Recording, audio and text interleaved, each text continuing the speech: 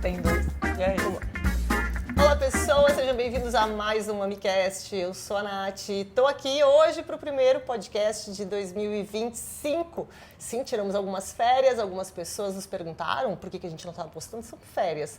A gente nunca tirou férias no podcast, a gente geralmente tocava tudo direto, a partir de agora a gente vai fazer temporadas, porque chega um momento que eu preciso respirar, pensar, ter ideias novas de temas, né? Para abrir esse primeiro episódio do ano, eu trouxe aqui a Maria. Maria, que já bateu um papo com a gente uma vez, mas à distância, esse é o primeiro podcast presencial que a gente vai fazer. Maria, seja muito bem-vinda. Maria Bragalha, né? Não apresento sobrenome. Ai, primeiro podcast do ano começando daquele jeito. Já começa desse jeito, mas é porque eu já me sinto em casa. Eu tô muito honrada de ser o seu primeiro podcast do ano, abrindo o ano aí com o pé direito, que esse ano, se Deus quiser, tá prometendo muito. E eu tô muito feliz de estar aqui pra gente bater esse papinho, regar vinho e conversar um pouquinho sobre o que a gente espera aí pro ano que tá chegando. Ano né? que vem, não, que já chegou. Que já chegou e tá indo bem. Tá quase no fim do mês de janeiro já, né? Que loucura. Ai. Bom, nosso papo hoje é um assunto que eu acho muito interessante, que eu sempre me pego pensando, que é eu ia dizer evolução do paladar, mas não é exatamente evolução que eu quero falar. É literalmente mudança. Porque quando a gente fala em evolução, a gente está presumindo que a gente saiu de um ponto A mais baixo e evoluiu e melhorou até um ponto B. Mas eu não estou falando necessariamente de como é que você bebia quando não entendia de vinhos e como você bebe agora. Eu acho interessante que mesmo quem está no mercado de vinhos há anos e anos e anos, tem fases. A gente tem fases de comidas que a gente come mais, fases de músicas que a gente ouve mais. Às vezes tem até alguma banda, algum artista que a gente adora, mas não está muito na fase, não está conseguindo ouvir. E eu sinto que com vinho a gente tem um pouco disso. E aí eu queria bater esse papo contigo, mas já que a gente já está com vinho na taça, então por favor apresenta o vinho que você trouxe aqui, você que trouxe esse vinho hoje. Exatamente. Esse vinho que eu trouxe é um vinho que eu particularmente adoro, é um vinho lá da Liber, que é um dos primeiros vinhos que a gente começou a trabalhar lá atrás, quando a importadora surgiu, um vinho espanhol. Ele é de Garnacha Branca e Muscat. E ele é um vinho, assim, ele é leve, ele promete ser leve, descomplicado, como um bom vinho espanhol aí, de entrada, meio médio. Mas, ao mesmo tempo, ele tem uma textura em boca muito interessante. Aquele vinho que você quase mastiga. Então, exato, ele tem bastante potência. Ele tem bastante potência. E é um vinho branco que, por mais que ele apresenta, de certa forma, em aroma, que ele é jovem, na verdade, ele é um vinho da safra 2019 e ele ainda está entregando muito frescor, está entregando muita acidez, está entregando aroma. Então, assim, é um vinho que eu gosto muito. Às vezes você olha assim e fala assim, deve ser um vinho mais simples, descomplicadinho, para tomar qualquer hora, mas ele acaba surpreendendo. Então, é um vinho eu adoro. Tem uma nota muito legal aqui que me lembra um pouquinho de borracha, que vem da Garnacha Blanca e que muitas vezes é uma nota que eu me acostumei quando estava estudando para a prova de espumantes do WSET, porque a gente pega muito, às vezes, nos cavas brancos. Exatamente. Essa notinha, que é quando a gente não tem certeza onde é que a gente está ali em que país a gente está falando, essa notinha que a gente, às vezes, acha no Riesling, que a gente tanto gosta, né? Que eu sou a gente pega aqui, parece essa borracha, parece aquela borracha escolar, sabe? Que despedaça bastante. Esse cheirinho de borracha que eu adoro. E a gente pega nessa Garnacha Blanca, que é muito legal, né? E não por acaso, você acabou de comentar que essa notinha do cava, não por acaso a gente está falando de um vinho da Catalunha, né? Então, é exatamente ali da região, então tem tudo a ver. Então, dá para perceber também que é um vinho de terroir nesse sentido, né? Produzido, que reflete realmente a região de origem. Mas, cara, pegando a sua fase inicial, é muito interessante isso, porque foi exatamente o que você falou. Evolução pressupõe sair de A para B e melhorar. E, às vezes, essa melhoria, essa evolução, não está em beber algo com mais qualidade, algo mais sofisticado, mais complexo. Mas eu acho que está na diversificação do que se toma também. Porque, no fim das contas, eu vejo muito o pessoal falando isso, assim, tem gente que vira pra mim e fala assim, Maria, eu queria tomar vinhos diferentes e tal, tudo mais, mas eu tenho medo de escolher, ou então às vezes eu não consigo pagar determinada garrafa, eu tenho vontade de tomar um vinho de tal região, mas eu acho caro, não tá na hora de tomar, enfim, não consigo tomar agora. Mas é exatamente isso, enquanto você não se expõe a novas experiências para você entender outras regiões, né, sentir outros aromas e provar outros gostos, você não sabe se seu determinado gosto do amargo vai te agradar ou não, até você realmente botar ele na boca. E por aí vai, sabe? Então, eu acho que a questão toda é e aí junta com a questão que você falou de fases da vida. tem fases que a gente está muito aberto e muito predisposto, né, tá curioso, está predisposto a degustar coisas diferentes, descobrir regiões, descobrir tudo novo. E aí vai para culinária também, vai para tudo na vida. Só que tem fase que você está meio que mais introspectivo, fala, quer saber, eu quero ficar no meu conhecidinho que é meu cantinho. Já sei que eu não vou ter susto, que eu vou abrir e vou gostar. Exatamente. E aí, quando eu paro para pensar no meu consumo de vinho, pessoal, eu vejo muito como quando eu comecei a consumir vinho de verdade e tudo mais, foi exatamente na minha fase da vida que eu estava mais aberta para novas experiências. Porque o meu consumo de vinho, na real, eu não bebia vinho antes de fazer intercâmbio. Meu primeiro intercâmbio eu morei na Itália, lá em 2013, 2014, enfim. E eu não entendia de vinho, tá? Não entendia de nada. Você tomava o que estava lá disponível. Exatamente. Que região era? Eu morei na Toscana. Aí eu morei em Siena, então ainda já facilitou ainda mais, né? Tem grandes vinhos e vinhos, ali vinhozinhos de quintal, comuzinhos, são maravilhosos. E aí foi muito bom, porque até lá, bom, eu estava na universidade, então totalmente universitária, mentalidade universitária, orçamento universitário, que é o mais importante de tudo. Então, assim... Orçamento universitário em euro, que aí já piora tudo. Pior ainda, exatamente. Então, orçamento universitário, cara, eu nem bebia vinho, eu realmente tinha essa ideia de que o vinho era elitista. E eu não tenho, se eu for falar também de família, que tem uma galera que fala assim, eu tomo vinho desde sempre, porque minha avó tomava, meu avô tomava, meu pai abria vinho no final de semana. A minha família não era consumidora de vinho. Nossa, nem um pouco. Meu pai tomava cervejinha dele no final de semana e olha lá. Nada, não tem nada a ver com isso. Exatamente, sobrenome italiano também. Não. Mentira, nada a ver. Ninguém tomava vinho. O máximo que tinha era realmente aquela família da cervejinha do final de semana. E universitária no Brasil, cervejinha também. Então, assim, sempre foi desse jeito. E quando eu cheguei lá a cervejinha deles é o vinho. Falei, bom, acho que eu estou aqui, quem está na chuva é para se molhar, então vamos ver de qual. E foi aí que eu comecei. Mas você comprava vinho especialmente da Toscana, mais local mesmo. Comprava mais local. E aí é muito engraçado, porque... Então você se habituou, o vinho que você começou a tomar no dia a dia era um vinho já tinto. Uhum. E provavelmente potente. Exatamente. Não era assim, que se morasse numa região que só faz... se morasse em Champagne, você ia começar a beber champanhe. Então, já sei que você começou por aí, num vinho que é tinto e que já é potente. Que é potente, que é mais tânico e tudo mais. E super gastronômico, né? Um vinho que muito de comida.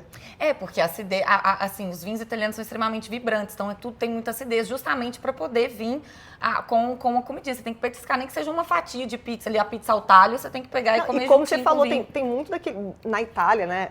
Tem muito essa tradição do vinho de fundo de quintal, que é o vinho que a pessoa faz e bebe na casa dela. E não é porque ela faz, porque ela tem uma coisa de um hobby. Não, é porque aquilo ali faz parte. Assim como varrer a casa faz parte, fazer vinho faz parte da trabalho doméstico, né? Do seu trabalho, das suas tarefas do dia a dia. E muitas vezes esses vinhos são super rústicos.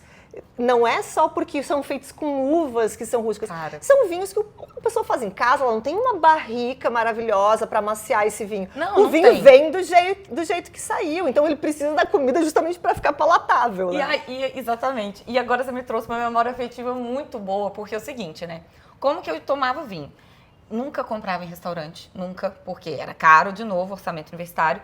E aí tinha vários supermercados e realmente do supermercado você acha vinho até de 30, 40, 50 euros, dependendo do supermercado, vai ter o vinho na prateleira. Regional ou não, ou de outras regiões da Itália, ou às vezes, né, de outro país, enfim. União Europeia, tá tudo circulando ali, então é muito fácil de achar um pouco de tudo sempre. Mas tinha um grupo, né, de outros estudantes brasileiros, enfim, que eu conhecia lá e tal, tudo mais, e de vez em quando a gente se reunia. E aí a gente comprava exatamente um vinho desse, que era um vinho produzido pelo vizinho da casa de um dos meninos. E a gente não sabia o nome dele. A gente sempre esquecia o nome dele. E aí quando a gente falava assim, pô, a gente vai encontrar hoje, nós vamos tomar o vinho do velho? Vamos tomar o vinho do velho. E virou o vinho do velho, cara. Mas foi um rolê muito engraçado, tipo assim, hoje é dia de vinho do velho, nossa, saudade de vinho do velho. E, cara, é óbvio que não tinha rótulo, ele que produzia no fundo da casa dele. Ele vendia pra gente um garrafão a, tipo, 3,50 euros. Então, óbvio que era o melhor vinho que vocês tinham. Era o melhor vinho que a gente tinha. Mas hoje, se eu consigo resgatar a memória, juro pra você, tinha um arominha de chulé ali. Tinha um chulézinho ali que tava... Sério, a gente não sabia como que ele fazia. E ele era um senhor super humilde, numa casa que, tipo assim... super humildezinha também. E não era aquelas casas toscanas, sabe? Porque o povo já imagina Charmosa. aquele tosquina. Exatamente, aquela casa Que tudo na Toscana é de pedra linda e tem um cipreste na frente, né? Exatamente. Não, nem tudo e é aquele assim. portãozinho que abre com 2 portinhas com os detalhezinhos de metal. Não é isso, gente. Tipo, era totalmente pequenininho, assim, rústico e tal. A gente achava que o vinho era feito no balde. A gente não sabia pra que usava esse balde Talvez fosse mesmo É isso. Então, o vinho do velho já embalou muitas noites minhas lá, ao mesmo tempo que eu também tinha outros vinhos ótimos, que antes, né, tipo, vende-se a roda, aí tem várias regiões, todas as micro-regiões, enfim, a gente começava a entender, né? Tipo, tem o Colli Senese, que é mais ou menos assim. Mesmo sem entender de vinho, a Você gente só sabia que aquele ali tá mais legal, ó, gostei mais. Vai Era pegando, isso. gravando uns nomes e é isso que lembra na hora de comprar. E eu ia pela intuição. E também, assim que eu cheguei, porque assim, eu fui lá para estudar, então tinha um períodozinho ali, uns diazinhos até as aulas começarem. E aí, eu, passeando, né, na cidade, eu falei, vamos fazer um passeio turístico, aproveitar, né, que já tá aqui e tal, vamos conhecer um pouquinho mais. A cidade a gente vai conhecendo enquanto a gente vive com o tempo. Mas ter tempo para sair, às vezes só o final de semana não dá para viajar, enfim. Peguei aqueles tours de dia, sabe? Uhum. De um dia. E aí eu lembro direitinho, gente, eu lembro como se fosse ontem. Tinha o tour pela região de Chianti, que custava, acho que na época era coisa tipo assim, 30 euros ou 40 euros por pessoa, que você saía de manhãzinho numa van e tal, passava por vinícolas e voltava. E tinha o tour de Brunello, que eram 60 ou 70 euros, uma coisa assim. E aí falei, pô, cara, eu vou me dar isso de presente, acabei de chegar, olha aqui onde que eu cheguei, sabe, isso eu mereço. E eu fiz o tour de Brunello. Cara, eu não fazia ideia do que eu tava tomando. Aí que tá, não odio. Não é que eu não odiei, eu amei, mas eu não soube apreciar, eu só fiquei bêbada. Tipo assim, fim do... Cara, o que também é válido, o que também é válido faz parte da experiência. Quem é que já... Eu quero saber quem é o profissional do vinho que antes de se tornar um profissional do vinho não pensava dessa vez, meu Deus, olha que maravilha isso, eu vou tomar, não vou desperdiçar nenhum gole. Todo mundo antes de entrar nesse mundo já fez isso. Então assim, vamos aceitar, gente, vamos abraçar o nosso passado. Como é aquela coisa, como é que nós ouvimos e não julgamos? Como é que aquela nós ouvimos e não julgamos. E não julgamos. Eu sei o que você tá falando, mas é do Wicked, né? Mas eu não lembro como é que é a frase certinha, mas é tipo isso. É tipo isso. E é muito e assim, e eu tenho, cara, eu aproveitei muito na vinícola, aí a gente foi diretamente com a vinícola, os produtores receberam a gente, tiraram um vinho das barricas pra gente degustar. Eu não fazia ideia da experiência que eu tava vivendo. E digo mais, sabe só quando que eu fui entender isso? Eu trouxe, como a gente foi na vinícola, eles vendem as garrafas de vinho com um precinho, mas em conta tinha um vinho maravilhoso, óbvio que era um Brunello. Eu trouxe um Brunello 2007 Reserva. Não fazia ideia do que era um Brunello Reserva, não fazia ideia. Trouxe um Brunello, trouxe um grosso de Montaltino, trouxe algumas coisas na mala e guardei. Deixei até na casa dos meus pais. Fui morar, né, morava fora, já estava estudando, vivi minha vida e tal. Foi dali depois de, sei lá, 5, 6 anos ainda que eu bem descobri... que era um vinho que podia envelhecer, né? Ainda bem.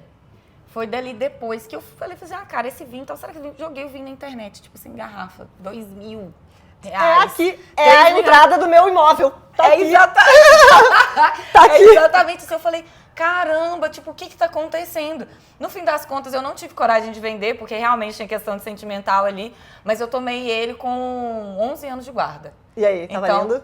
Tava perfeito. Como e já tomou num momento melhor, que você já entendia melhor o que estava acontecendo. Foi ali que você sentiu... O que eu perdi? Exatamente. É tipo, nossa, que legal, não fazia ideia que eu tava vivendo, mas pelo menos eu tive esse restinho aqui pra eu poder, de fato, apreciar e saber o que eu tô tomando. O vinho tava perfeito, espetacular, tinha já desenvolvido aroma terciário, já tava com um couro maravilhoso, sabe? Tipo, aromas perfeitos, tabaco ali, enfim, tava perfeito. Demorou um tempinho ainda assim pra abrir, tá? Então, que ainda me deu aquela outra sensação. Se eu tivesse guardado mais um pouquinho, esse bobear tinha envelhecido mais.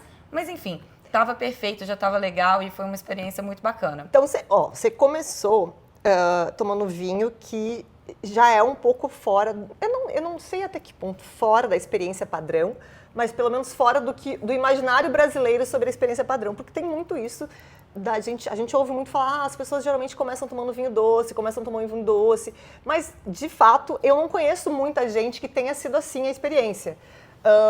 A maioria das pessoas que eu conheço teve a experiência meio parecida com a minha. Foi no supermercado com R$20 na época que dava para comprar vários vinhos argentinos, chilenos. No Rio Grande do Sul também vinho gaúcho, a gente conseguia comprar por esse valor. O que tem por R$20? É isso, geralmente era alguma coisa desses países, muitas vezes meio seco, mas na verdade não meio seco por realmente ser meio seco, mas porque dentro da categoria brasileira... da nossa legislação. Então era um vinho bastante alcoólico, redondinho, de qualquer uva tinta genérica, que podia ser Merlot, podia ser Carmenère, podia ser Malbec, mas tudo era a mesma coisa, sabe? Porque ele vinho... Que não tem distinção muito entre rótulos, é um pouquinho tudo mais do mesmo, geralmente as mesmas regiões. É o que a gente chama de tinto redondinho. Não importa a uva que está sendo usada ali, ele vai ser um tinto redondinho. Perfeito. Eu comecei com esse, e eu conheço muita gente que também começou com esses, mas de qualquer maneira, o nosso imaginário brasileiro tem muito disso, que a gente começa a tomar vinho ou com vinho doce, ou a gente começa com... geralmente o pessoal acredita que a gente começa com vinho doce, com vinho mais leve, e depois vai indo para chegar no vinho encorpado. Eu não vejo muito isso, eu vejo as pessoas indo direto nos mais pesados, porque geralmente são os mais conhecidos. O que você já ouviu falar? Você não bebe vinho, não está muito acostumado, mas você já ouviu falar de Cabernet Sauvignon, você já ouviu falar de Merlot, então eu vejo muita gente indo para esses nomes que já são mais conhecidos. Mas, considerando que muita gente acredita que as pessoas vão saindo do mais levinho e vão indo para o mais encorpado. Você começou com os mais encorpados. Isso. Eu, quando comecei a beber, quando eu passei da fase de levar R$20 para o mercado e comprar o que tivesse disponível, quando eu comecei a me interessar e prestar atenção no que eu estava comprando, eu gostava dos vinhos mais rústicos. Eu gostava de sentir acidez, gostava de sentir tanino, mas eu acho que tinha um pouco a ver também com a minha pouca experiência de degustação. Quando os vinhos eram mais rústicos, era mais fácil eu identificar as coisas nele. Era mais fácil eu identificar acidez num vinho com uma acidez distoante. Era mais fácil eu identificar tanino onde o tanino está distoante. Quanto mais delicado e sutil o vinho, mais difícil seria para mim, sabe? E eu lembro que nessa época também o primeiro aroma que a gente conseguia identificar era o aroma de madeira, que é o que mais sobressai, né? Então, eu sinto que eu tive muito esse caminho de quando eu comecei a me interessar, Syrah, o que eu mais adorava beber. Era Syrah, era aquela coisa assim, ó, o tanino lá, o tanino lá, o álcool lá, a acidez lá, assim, era assim. Eu sinto que eu bebia isso porque era o que eu mais conseguia identificar. E conforme eu fui aprendendo, eu fui buscando coisas mais leves. Como é que foi pra ti quando você começou, você se habituou com esse tipo de vinho? Barolo, Baresco, Brunello, Chianti. Você está na Itália, o país dos vinhos tintos potentes. Como é que foi voltar para o Brasil, ou não sei se você foi morar em algum outro lugar, e começar a encontrar vinhos mais delicados? Porque num primeiro momento a sensação é que a gente não está sentindo nada. Quando se acostuma a isso, a gente tem uma tendência de dizer, ai, que vinho aguado. Uhum. Esse vinho está aguado, você não sente nada. Parece que ele está...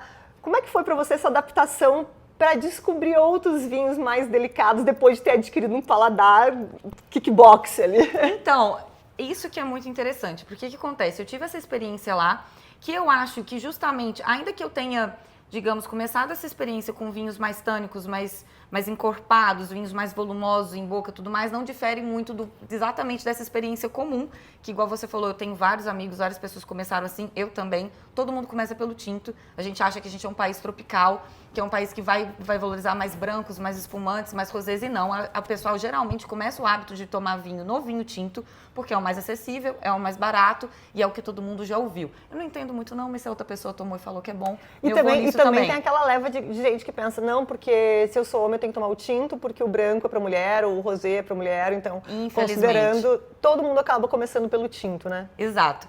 E aí eu comecei com o tinto lá, ainda que o motivo tenha sido diferente, o contexto tenha sido diferente, a trajetória foi mais ou menos a mesma digamos assim, do brasileiro médio. Então eu comecei com o tinto, voltei para o Brasil, chegando aqui no Brasil eu não consegui de novo sustentar os gostos que eu tinha adquirido lá, e aí eu não sustentando os gostos que eu tinha adquirido lá, eu tive que começar a diversificar. Falei, bom, aqui eu não vou comprar todo dia, não dá para comprar um Brunello todo dia, um bom Chianti, um Chianti clássico todo dia, isso aqui não vai acontecer. Como é que eu vou fazer agora? Então aí eu não só diversifiquei em termos de vinho, mas eu diversifiquei em termos de bebida também. No sentido que aí eu descobri os destilados, eu fui bartender também um tempo, então eu acabei entrando nesse mundo aí, entendendo um pouco mais dos destilados. E aí, isso eu sou muito grata também, que esse background dos destilados como bartender, foi aí que eu aprendi a ter a sutileza, que foi exatamente isso que você falou. No mundo do destilado, eu já comecei a entender um pouco da distinção de aromas, entender um pouco os gostos, como que a gente distingue isso tudo, entender um pouco mais de equilíbrio da bebida.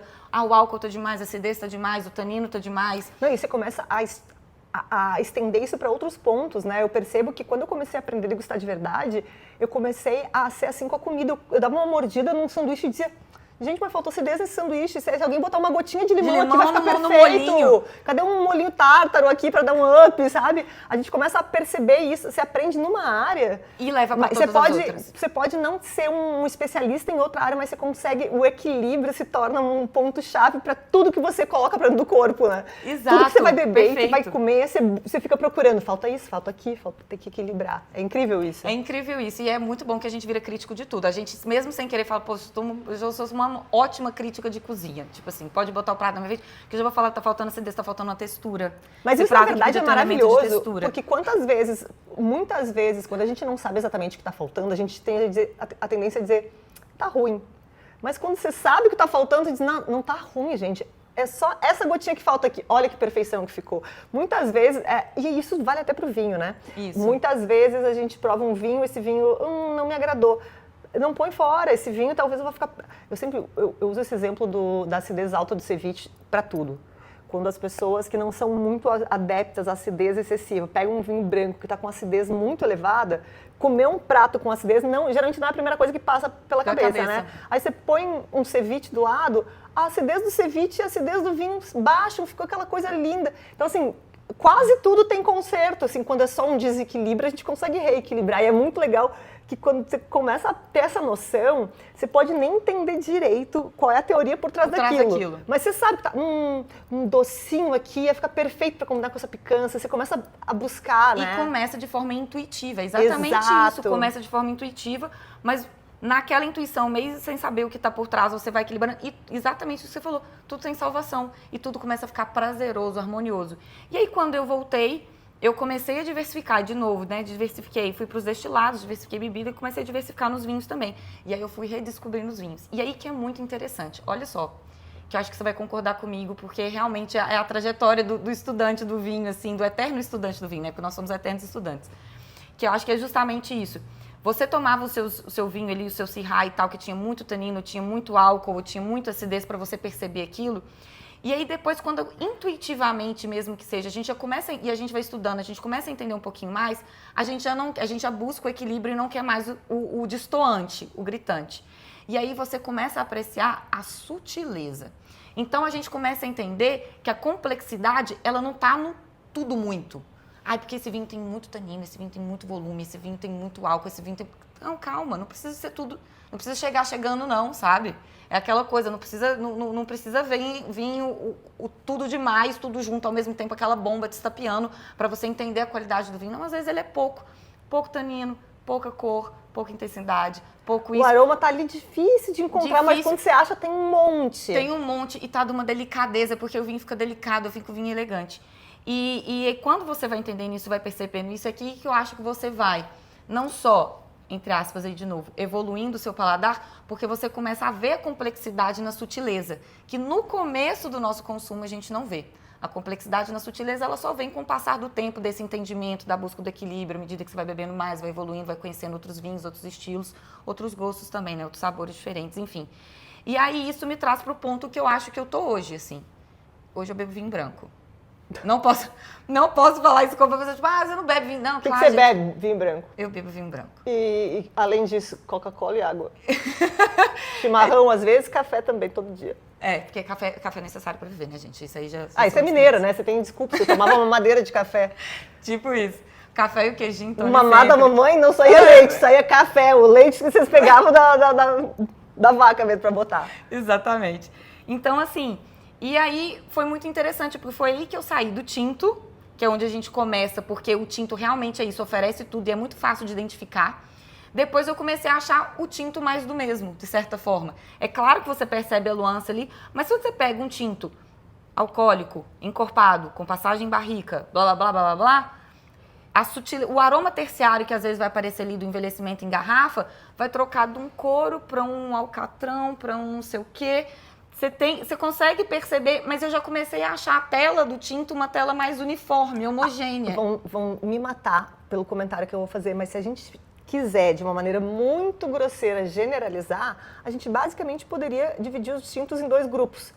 Os muito e os poucos. Então, os muitos vão ter um monte de fruta vermelha, alguns vão ter uma fruta preta ali no meio, geralmente tanino, isso. Uns vão ser mais rústicos, mais macios. Aí tem a área dos leves, que geralmente estão mais para a área da fruta, fruta fresca. Geralmente as frutas são de bosque.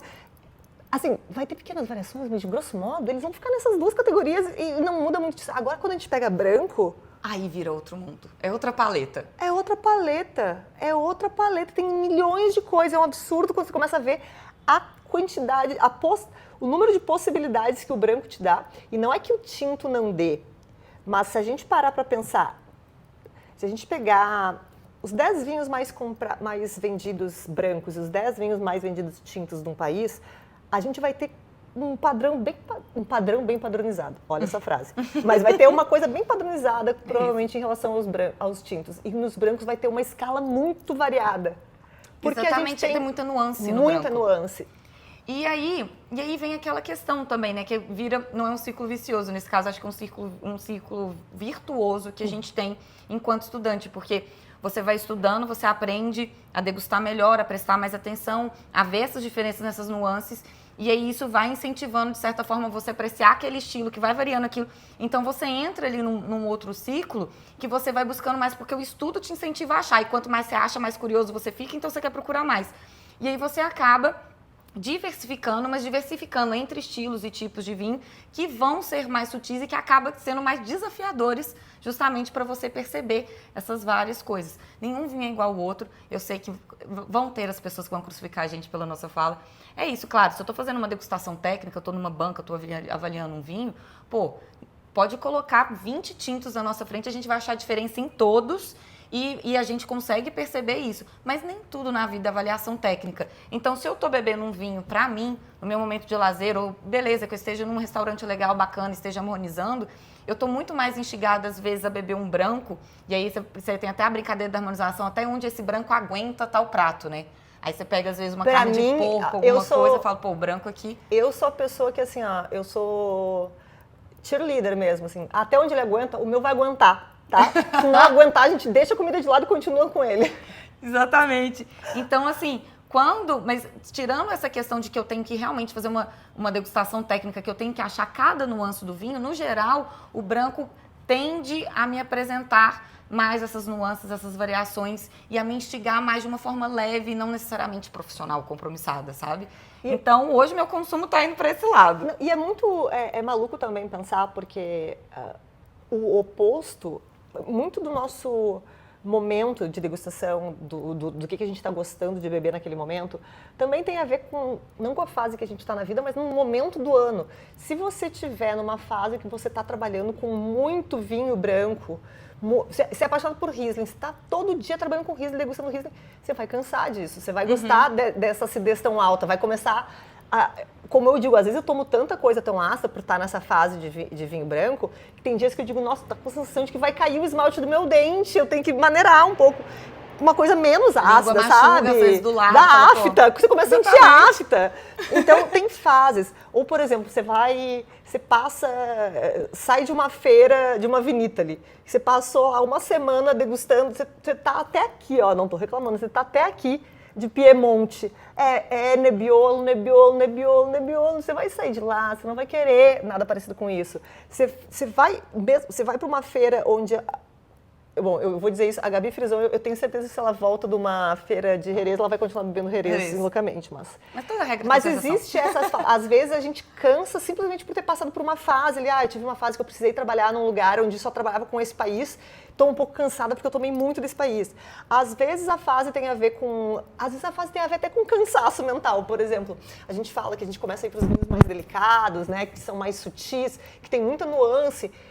Mas muitas vezes a gente vai para o vinho branco, no meu caso, porque ele é mais democrático no seguinte sentido. O vinho branco, para mim, ele tem uma democratização que ele pode ser o vinho branco mais complexo de todos. Se eu der para uma pessoa que não entende de vinho, ela consegue tomar e achar ele agradável. Boa, isso é verdade. Também já reparei. Enquanto o tinto complexo, muitas vezes ele... tá complicado, ele agride, você não entende no primeiro gole, tem aquela coisa toda. E eu acho que tem momentos que a gente tá assim, por exemplo, quando tá estudando para alguma prova, você tá degustando e pensando, você põe o vinho, tá naquela fase que você pegar um copo d'água, você cheira a água, sabe? E detalhe, encontra a diferença de aroma. Não vou nem começar com essa, mas sabe que você pega o copo de café e gira, sabe? Você tá fazendo gargarejo com água, você tá fazendo tudo errado.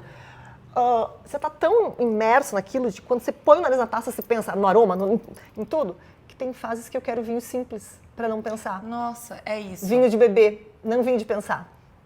E eu acho o glu-glu, cara. E eu acho que o brilhantismo de um produtor é quando ele consegue fazer um vinho que é os dois.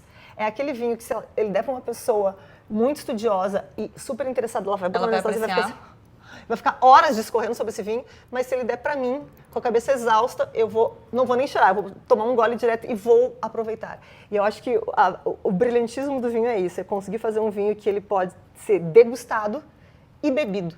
E ele vai dar prazer sendo degustado e sendo bebido. Eu acho que esse é o meu ponto central, assim. E eu acho que o vinho branco tem muito isso. Porque, geralmente, os tintos de mais qualidade são muito sérios. São vinhos mais sóbrios, são vinhos que não têm um aroma mais tão chamativo, que você precisa esperar ele abrir um pouco mais. Vinhos mais gastronômicos também, Exato. Aqueles vinhos que se você tomar, você vai cansar. Não, você não consegue só botar e não pensar nele. O branco, Exatamente. Você põe ele ali fresquinho, você dá um gole, ele tá, no segundo você pode deixar ele dizer, realmente era muito interessante, mas ele continua, você consegue beber sem pensar. Perfeito. E eu acho que é nesse ponto que ele tá me trazendo um pouco hoje, que é porque você trabalha com isso o tempo todo, começa a ser trabalho beber vinho.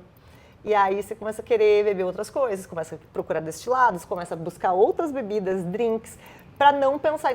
Sempre que eu entrevisto sommelier, pergunto, o que você bebe quando não está trabalhando?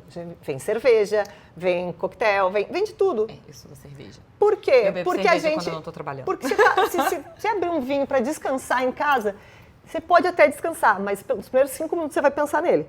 Você vai cheirar, você vai buscar, você vai pensar, será que ele está no meu estoque ainda? Será que... Você vai lembrar que você tem que fazer uma promoção para ele, que você trabalha numa importadora. Então você não consegue botar o nariz numa taça sem trabalhar. E eu acho que nesse caso o branco, ele dá uma facilitada, assim, porque ele já tem esse viés um pouco mais, vou gelar e vou beber. Tem esse ponto também, né? Eu sempre digo, quando você não sabe o que comprar, é mais difícil você errar com branco do que errar com tinto. E a maioria das pessoas pensa o contrário, né? Justamente disso. Porque como todo mundo começa a beber vinho no tinto, eu vou dar um tinto que eu tenho certeza que vai gostar. Mas se for parar para pensar, a chance de errar, não só de errar na experiência, não só de errar no momento, porque aí tem essa questão. Quando a gente fala de harmonização, a gente pensa inicialmente, vem de cara a harmonização do prato. Exato. Mas a gente esquece que harmonizar também é considerar com quem você está, onde que você está, em que ocasião que você está, que época do ano. Exatamente. Isso tudo também é harmonizar. E aí que tá, um bom branco, e um bom branco é exatamente isso que você falou, que consegue entregar para quem entende, para quem não entende, para quem está degustando e para quem está só bebendo. O bom branco, a chance dele harmonizar com mais situações, em mais contextos sociais, com vários outros tipos de comida que tiver no seu prato, desde a entradinha, às vezes um prato principal e tudo mais, é ainda maior. Então, isso também é uma dica, galera. Por favor, bebam mais branco, tá? Não, e tem uma última razão, que aí é o truque. Se você comprar 2 vinhos ruins, um vinho branco e um vinho tinto, a primeira coisa que a gente sabe, que a gente tem que beber o vinho na temperatura certa, é porque se a gente beber ele gelado demais, vai anestesiar as papilas e a gente não vai sentir muito sabor de vinho, né?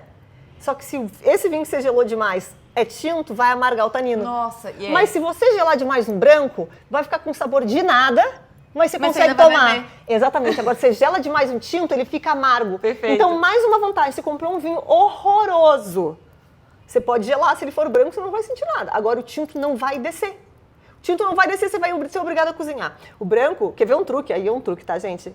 E funciona muito com o rosé também. Isso, aliás, é um ótimo truque para rosé. Rosé vagabundo. Ganhou um rosé vagabundo, daquele que você olha para a garrafa e você pensa, meu Deus, eu não tenho coragem de tomar, que isso aqui parece perfume. Coloca uma rodelinha de limão e um pouquinho de água tônica. Nossa, gente, é isso. Botar água tônica num vinhozinho simples e botar uma rodelinha de limão ou de laranja, um gelo, é um coquetel. Porque, assim, pensa, é um coquetel mais leve, que não leva destilado, então não vai ter um álcool tão elevado, um coquetel ali com 10% de álcool, e realmente fica bom.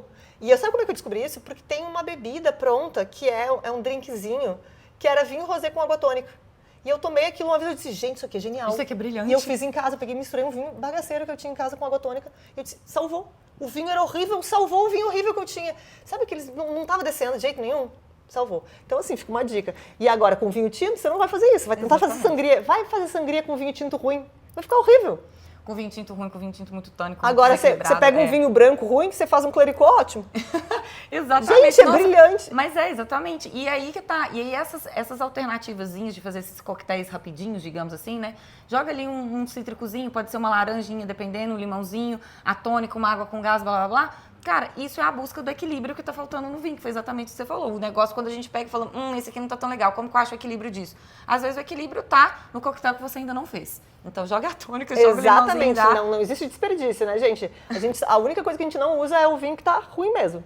É aquilo que eu digo, o vinho tá estragado, usa pra cozinhar. Gente, se tá estragado, a resposta você já tem, né? Tá estragado, vai fora. Você não põe estragado na comida, porque vai continuar estragado na sua comida. Mas e aí eu então estrago o que ainda tava bom. Né? A comida tava boa sem o vinho, agora a comida ficou ruim também. Exatamente. Mas uma coisa que eu acho doido é que também entender que as coisas vêm em fases.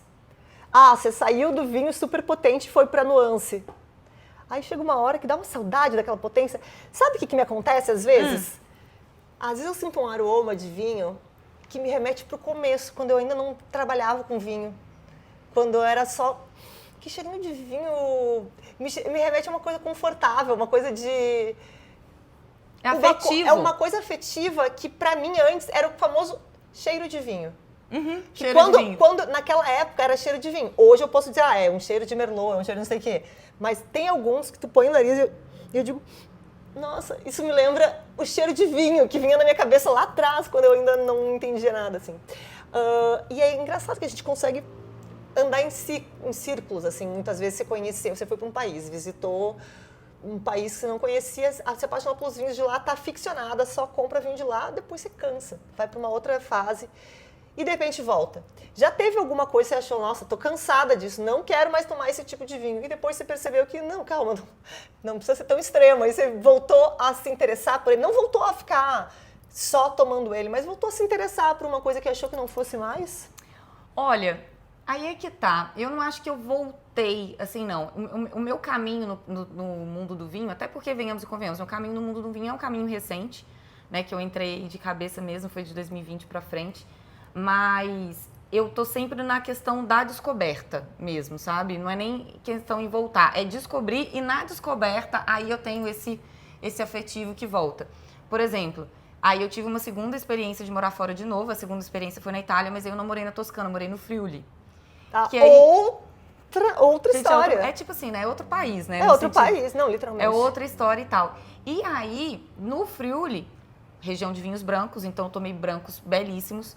Foi no Friuli que eu entrei, que eu tive meu primeiro contato mais pesado com vinhos laranjas, porque tá ali... Foi uma boa região para começar. É uma ótima região para começar. Então eu descobri o vinho laranja ali, aí eu entendi, falei assim, cara, olha só, peguei um branco que tem tanino. Tipo assim, tem a sensação de tanino, secura. Exatamente. Tem alguma coisa estranha aqui, mas é interessante. Total, e aí morando no Friuli, que foi lá exatamente que eu fiz essa transição, que eu entrei mais de cabeça no vinho. Aí eu entendi os laranjas, comecei a entender, comecei a degustar mais, achei interessante.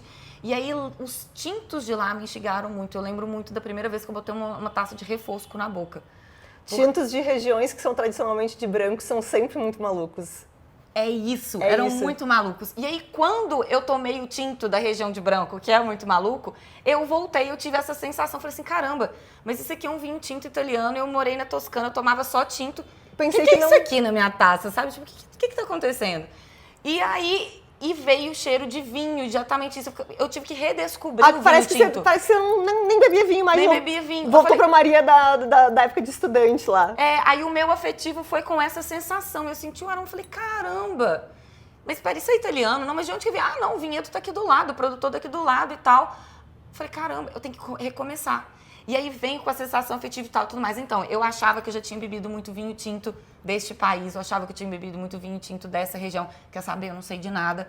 Vamos pegar nossa humildade de novo, sentar e começar de novo, a entender a nova região, entender o novo estilo. Então, na verdade, eu tive novas experiências ao longo dessa vida que me fizeram revisitar as antigas com um novo olhar.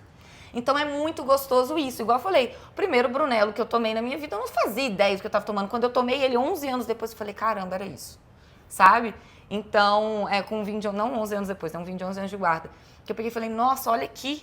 Eu não entendia isso. Então, você viver essas fases, esses ciclos que te voltam, que de certa forma o caminho ali que a vida vai te levando, te obriga a revisitar o que você achava que você conhecia, olhar com os outros olhos, é muito legal, é muito gostoso.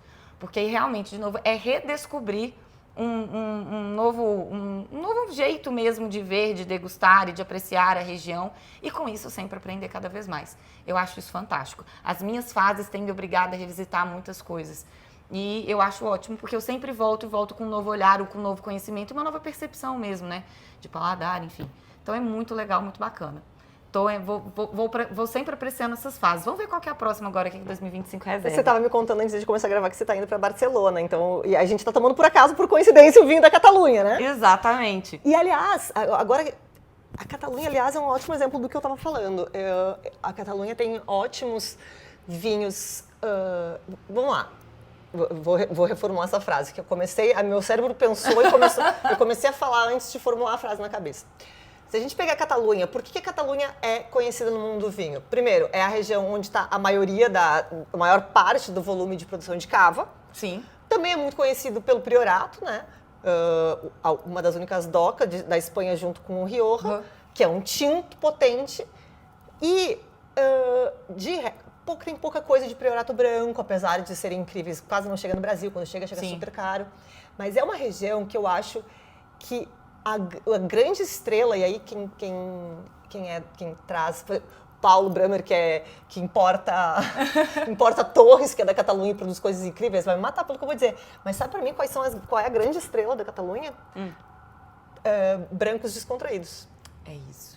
Gente, e eles estão vindo numa onda. E eles estão assim, ó. Pega assim, você tá num lugar que você compra ele gelado, de até $10, que estiver gelado na loja e que tiver um rótulo bonito. Ele vai ser maravilhoso. Ele vai ter uma garnachinha branca que nem essa, ele vai ter alguma xarelo, uvas neutras, nada de... Sabe? Porque quando o vinho é muito aromático, se você não tá na temperatura certa, ele já começa a ficar meio perfume, né? Lá não tem problema. Os vinhos são quase todos neutros, bem ácidos, bem frescos. Você pega o vinho de 5 euros, de 10 ou de 15... Vão ser todos brancos, frescos. O rótulo vai ser bonito, porque o design na Catalunha é maravilhoso. É maravilhoso, isso que eu ia falar. Então, gente, é um ótimo lugar para comprar vinho branco, bem discreto, bem descontraído, que você gela, bebe, nem pensou, nem lembrou o nome. Só lembro que tinha um rótulo. Eu só lembro do rótulo, do desenho do rótulo. Exatamente, é uma região que eles estão arrasando assim, né, no vinho, no estilo glu-glu, né, que a gente fala, que é exatamente o vinho que você só bebe de forma descontraída. Eles têm uma noção de marketing muito legal, muito bacana, que inclusive é uma coisa que a gente sempre conversa muito, né, Nath, entre a gente sempre que pode a gente bate um papinho sobre isso, como que o marketing do vinho tem que adaptar para atrair o público mais jovem, a galera que agora está pensando num consumo mais saudável, né, mais moderado, mais saudável, enfim, como que esse marketing tem que ser feito de forma diferente. E lá eles estão entendendo muito isso. Lá está com um consumo jovem, com os vinhos descomplicados, muito vinho branco também, porque calor absurdo. E aí eles também estão entendendo onde esse vinho tem que estar para ele atingir o público necessário. Porque isso que eu estou falando de, você passa no lugar e pega o vinho que tiver gelado de até 10 euros... Por que eu estou falando isso? Porque era literalmente o que eu e o Thiago fazíamos quando a gente foi para Barcelona a última vez. A gente ia em direção à beira da praia, no caminho sempre tinha alguma loja de vinho. Toda loja de vinho que se preze em uma cidade tem alguma coisa lá na geladeira que já está geladinho. Você ia lá, escolhia o mais bonito, até 10 euros, e ia para a beira da praia. Geralmente ele já vem screw cap, que é para facilitar a vida, e caminhava aquelas 2 últimas quadras até o mar com aquela garrafinha, as 2 copinhos de acrílico na mochila, se estivesse com um copinho, se não, já ia no bico mesmo. E era isso, e as pessoas estavam tomando o seu vinho na beira da praia, porque sempre tinha uma loja perto do mar.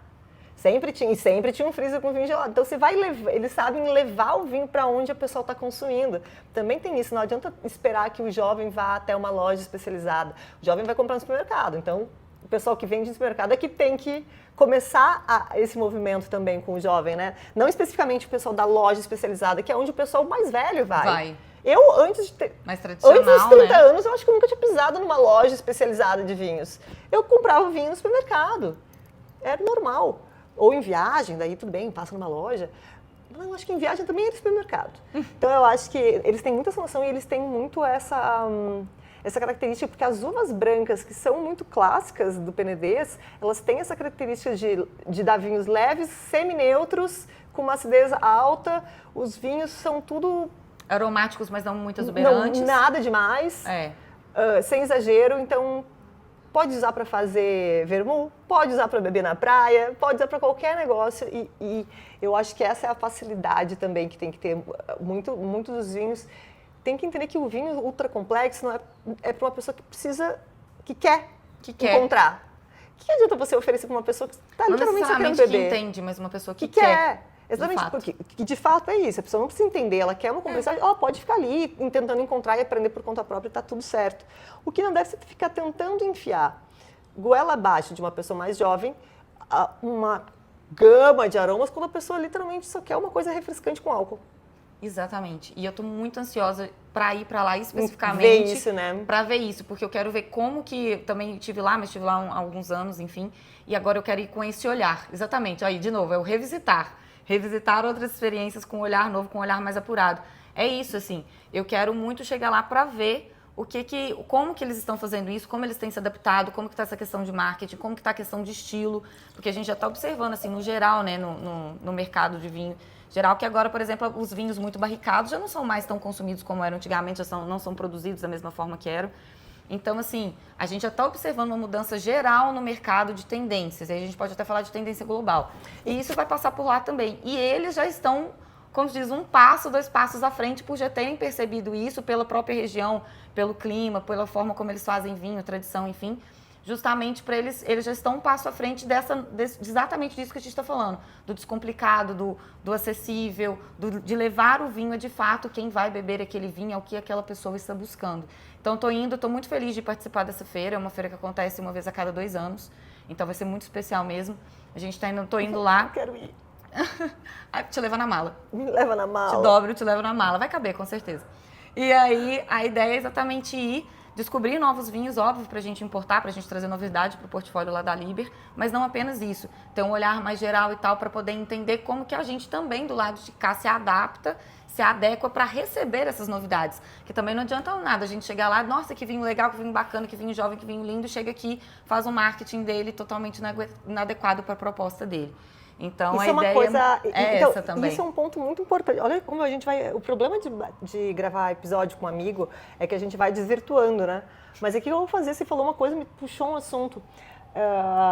Isso é um ponto também que você tocou, bem importante, que também não adianta você ir atrás de um vinho que seja moderno, para beber, não para degustar, descontraído, e chegar e trazer ele para o Brasil e comunicar ele de uma maneira tradicional. Porque não vai se conversar. Isso também, né, é um porém. Pode acontecer muito ruído de comunicação. Nem todo produtor, nem toda vinícola tem uma estrutura grande o suficiente para conseguir acompanhar 100% o trabalho que o produtor faz no Brasil. Então, e a gente sabe que o vinho é muito tratado de uma maneira mais elegante no Brasil.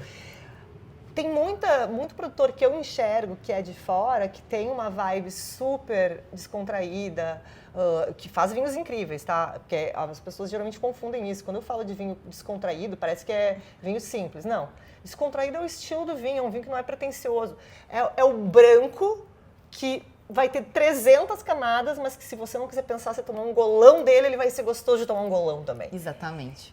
Muitas vezes o produtor desse tipo de vinho é um produtor descontraído que entende muito de vinho, mas que também tem esse momento. Ele faz aquele vinho justamente porque ele sabe que ele tem que passar pelos críticos, ele é um entendedor, ele quer um vinho com camadas, mas ele também quer poder chegar no fim de semana, ver futebol, gelar esse vinho e tomar.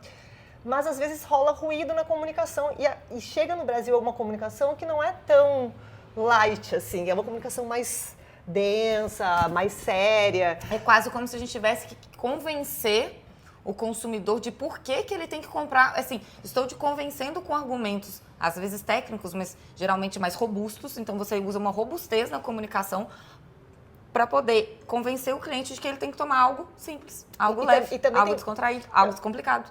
Eu acho que também vai muito do fato de que aqui as coisas custam mais caro. Então, talvez esse vinho lá no país de origem, seja mais fácil de comunicar que ele tem qualidade também, é descontraído, porque ele está numa faixa de preço melhor. Mas quando ele chega no Brasil, ele já entra numa faixa de preço de luxo e talvez seja difícil a importadora vender. Mas eu vejo que tem muita gente que está conseguindo. Eu vejo que tem muitos vinhos que têm um preço um pouquinho mais elevado e que ainda são um produtor que é assim, que eu vejo assim, o Richtelli, que é da Argentina, o preço dele não é baixo. Os semillon deles estão chegando a R$400, eu acho, no Brasil. Rótulos incríveis. Todo mundo sabe que os vinhos dele têm uma qualidade absurda. Ninguém questiona. E os vinhos são sempre com rótulo fano. E não é só rótulo fano, porque também tem isso, né? As pessoas acham que para vender uma coisa mais moderna é só fazer um rótulo colorido. Não é isso. Você conheceu o Richtelli, você almoça com ele vai estar lá de camiseta, tênis. Ele é aquilo, ele não está vendendo aquilo para fazer um marketing jovem, para tentar encontrar um público específico. Ele é aquilo. Então, tem outras vinícolas que eu enxergo isso muito. Eu vejo muito o Rossim fazer isso, de Portugal, porque eles têm, assim, desde o vinho ultra. Uma coisa que eu acho genial lá é que o vinho mais caro que eles fazem no Alentejo, que é o vinho da Mariana. Eu confundi dois vinhos. Da Micaela. Mariana é um outro vinho que eles têm. O vinho da Micaela é o vinho mais caro deles, acho que é 200 e poucos euros, que é feito ali na Rossim. E ele é feito na garrafa mais barata que eles têm. É uma garrafa de 300 gramas, verde, mas verde, sabe verde Guaraná antiga? Verde Guaraná 1980? Sim. Um verde Guaraná 1980, fundo reto. A garrafa é tão simples que você vê o corte, aquele fio, aquela emenda divisa, a emenda da garrafa, bem alta. E o vinho mais caro está nessa garrafa. O vinho mais pontuado está nessa garrafa. E eu acho que isso é tu impor uma marca, entendeu? É instigante, né? Você instiga, como assim, Você está questionando. Primeiro, você está mostrando que o que faz o vinho bom é o vinho, não é a garrafa. O vidro não é nada. E tem alguns vinhos, tem um que eu sou bem fã, que é o Fresh from Amphora, que é um branco, tem o tinto também, que também é assim, mas é um branco que você vai encontrar 300 camadas, mas se você gelar e beber, você vai como se estivesse tomando suco de laranja, assim, ó. Vai. E eu acho que essa é a beleza, sabe? Mas aqui é muito difícil, porque os vinhos acabam chegando caros.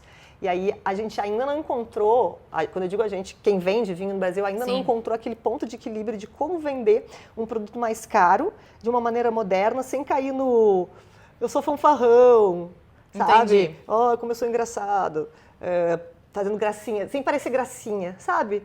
Porque eu acho que esse é o maior medo. Muito produtor, eu vejo que tem medo da modernização, da tentar atingir um público jovem, porque na cabeça deles é ser gracinha. É fazer um rótulo engraçadinho e ter que fazer dancinha na internet. E não é isso. E aí é muito interessante. É justamente isso. Porque que acontece? Quando eles fazem isso, que eles apelam, que acaba indo para esse lado de comunicação um pouco mais apelativo, porque identifica o rótulo, a imagem do vinho com essa fase. Eles não entendem justamente com isso, exatamente isso. Não é porque eu tenho um vinho jovem do rótulo colorido, não sei o quê, que eu tenho que identificar com a fase do TikTok, da dancinha do TikTok, sabe como é que é? Fases de consumo, gente, não tem necessariamente a ver com idade, não tem necessariamente a ver com contexto social, são fases de consumo. E então, momentos de consumo também. Você vai tomar um vinho na beira da praia, você tem certeza que você vai pegar um vinho tinto, com um rótulo dourado e um chateau desenhado, você olha para aquilo, olha para o mar, olha para aquilo, olha para o mar, não tá batendo, entendeu? Você pode tomar um vinho de super qualidade com uma cara um pouco mais... É a fase, é o momento, é onde, é com quem você está consumindo também, porque tem tudo isso, né? Exato. O que adianta você levar um vinho ultra mega complexo e querer ficar batendo e discutindo e querer que a pessoa que está bebendo com você entenda o que está acontecendo se você levou para uma pessoa que não tem essa pilha do vinho, não está muito interessada nisso. A pessoa vai beber, vai crescer e vai tratar aquele vinho como se fosse qualquer outro. Qualquer outro. E aí você está esperando ali. E você fica chateado, fala, poxa, nossa, eu levei uma vinhaça, a pessoa não falou nada, né? Tipo assim, às vezes você fica assim, não. Aí você entende, às vezes ela também, exatamente, ela não tá na vibe, ou não prestou atenção, ou não tá naquele momento, não tem conhecimento, enfim. Mas é exatamente isso, são contextos. E também são tem fases outra, né? de consumo. Então, entenda, gente, também que o marketing tem que ser condizente, às vezes, não apenas com a carinha do rótulo, com a região, com o que foi feito ali para aquele líquido estar ali dentro. Tem que ser condizente com um contexto de consumo que vai refletir uma fase de consumo do cliente, né? Do consumidor final. Então, são fases, é exatamente isso, não é evolução de paladar. Exatamente. Se isso aqui é um chateau... Porque dá a entender que, bom, eu comecei com o Syrah e agora eu bebo tal coisa, então o Syrah é ruim. Não. Não é, exatamente. Inclusive, os melhores Syrahs do mundo nunca nem passaram perto das minhas taças. Vale do Rhône, amado, vamos fazer um passeio? Tô doida pra conhecer aí o Rhône Norte, Rhône Sul eu já fui, tem muita coisa maravilhosa, mas Rhône Norte Norte, pega a gente. Nunca tomei vocês aí. Os mais conhecidos, nada, então preciso ir pra... Então, é isso também, né? Tem isso. Ah, eu já tô cansada de beber esse estilo de vinho. É que nem alguém diz, eu não gosto muito de vinho levinho. E aí, se te apresentarem assim, os borgonhas mais envelhecidos, já delicados, você vai dizer que tá ruim também? Tem muita... É preciso entender muito. E aí a gente até volta para aquela fase do gosto também, em que fase a gente tá. Também não adianta você tentar levar para alguém um vinho que é incrível se você sabe que o paladar daquela pessoa não bate com isso. Não adianta você levar... Por mais que você explique, por mais que você... exatamente. Por mais que você faça todo o mise-en-scène ali pra pessoa tomar, né, aquele vinho, não tá na fase. Ela não tá naquela fase. A minha pergunta, por exemplo, assim... você conhece uma pessoa e a pessoa, ela adora vinhos mais adocicados. Ela não te pediu ajuda para tomar vinho seco. Ela não tá pedindo para você ensinar ela. Ela só te convidou para chegar em casa pra gente bater um papo. Vamos conversar, vamos se encontrar. Então, assim, primeiro, não fique tentando.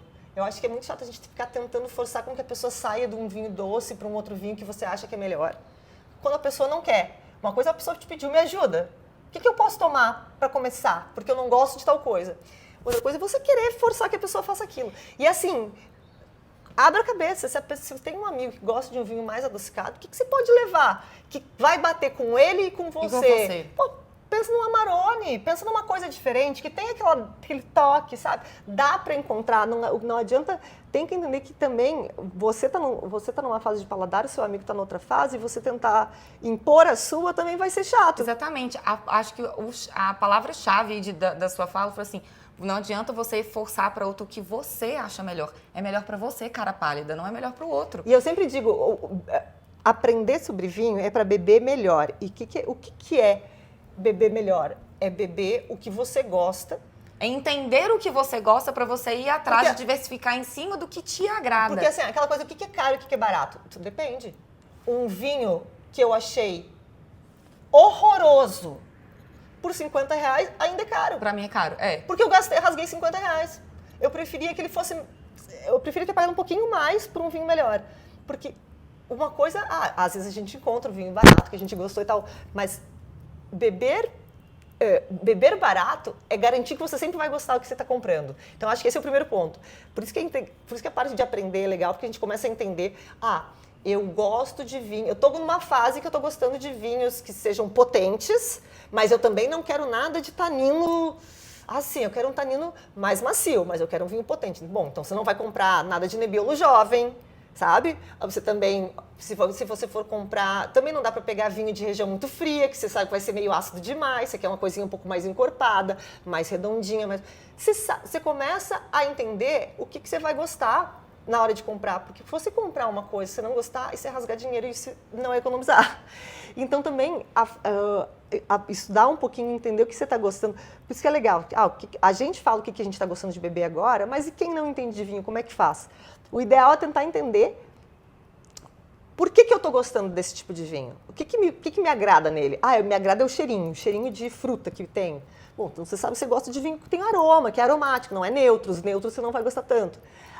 Me agrada que ele não me prende muito a boca. Então, você já sabe que o seu problema é com tanino, ou tanino elevado. Então, você facilita, quando você está entendendo em que fase você está, você facilita a compra. Você pode não entender do vinho, mas você pode pedir ajuda para o vendedor, dizendo, eu não gosto que amarre minha boca, e eu gosto de sentir ele assim pesado. E pode falar desse jeito mesmo, que ele vai entender e ele vai te ajudar. Isso é um bom ponto. Eu estou falando com essas palavras que é justamente para quem não entende de vinho, que está nos assistindo, entenda que não é vergonhoso, primeiro. Você não precisa ter vocabulário de vinho, e essa coisa de querer falar vocabulário de vinho o tempo todo. Não, gente, não precisa nem saber. E aí que tá. E o interessante é justamente... E é até mais interessante quando você faz isso. Porque se você chega... Nossa, eu degustei esse vinho aqui, achei ele maravilhoso, ele é de Sauvignon Blanc. Então, eu vou chegar e eu já vou chegar na loja e pedir uma ajuda para um vendedor para ele me achar outro Sauvignon Blanc. Você já está restringindo. Até porque... Dependendo do vinho, dependendo do vinho que você provou, se a pessoa faz isso com Chardonnay, como é que eu vou saber qual era o estilo desse Chardonnay que ela gostou? Porque pois é, muito você difícil. gostou de uma coisa bem quente, com bastante álcool, bastante potência, porque Chardonnay pode ser isso, ou pode ser uma coisa bem leve, bem ácida. Bem mineral, salina. Exato. E por isso que eu sempre falo, é sempre melhor entender o que você gosta do que saber descrever o vinho especificamente. Porque aí você consegue não só encontrar outras coisas semelhantes àquela que você gostou, mas consegue experimentar outros países e outras uvas. Descobrir. Parecidos com aquilo que você gosta. Porque pode ter certeza. Espanha, Portugal, França, Brasil, Estados Unidos, Japão, todo lugar que produz vinho produz um tinto que é redondinho, de tanino macio e mais encorpadinho. Produz um tinto mais esguio, mas todo lugar produz os estilos básicos de vinho. Os estilos básicos, exatamente. Então, você chega lá dizendo Sauvignon Blanc, pode ser que você tenha provado um Sauvignon Blanc da França e está saindo com um Sauvignon Blanc da Nova Zelândia e os dois são assim, ó. E você saiu de lá odiando o vinho que você levou. Então é até melhor descrever, assim. Exatamente, o que você gostou. Então descreve o que você gostou, porque ele vai te dar uma variedade de opções, de países, de preços, de tudo. E é exatamente quando você se expõe a estilos diferentes, se expõe o seu paladar a uvas diferentes, regiões diferentes, países diferentes, que você descobre melhor que fase que você tá e descobre mais outras coisas para ir fazer o que a gente está chamando de, entre aspas, evolução do paladar. Como que você evolui seu paladar? Gente, bebendo coisas novas. Se você beber mais do mesmo, você não vai evoluir, você não vai descobrir, você não vai diversificar, você não vai ampliar. Não, agora, e você se restringe tanto que chega um momento que não vai ter saída para você vai acabar enjoando da mesma coisa.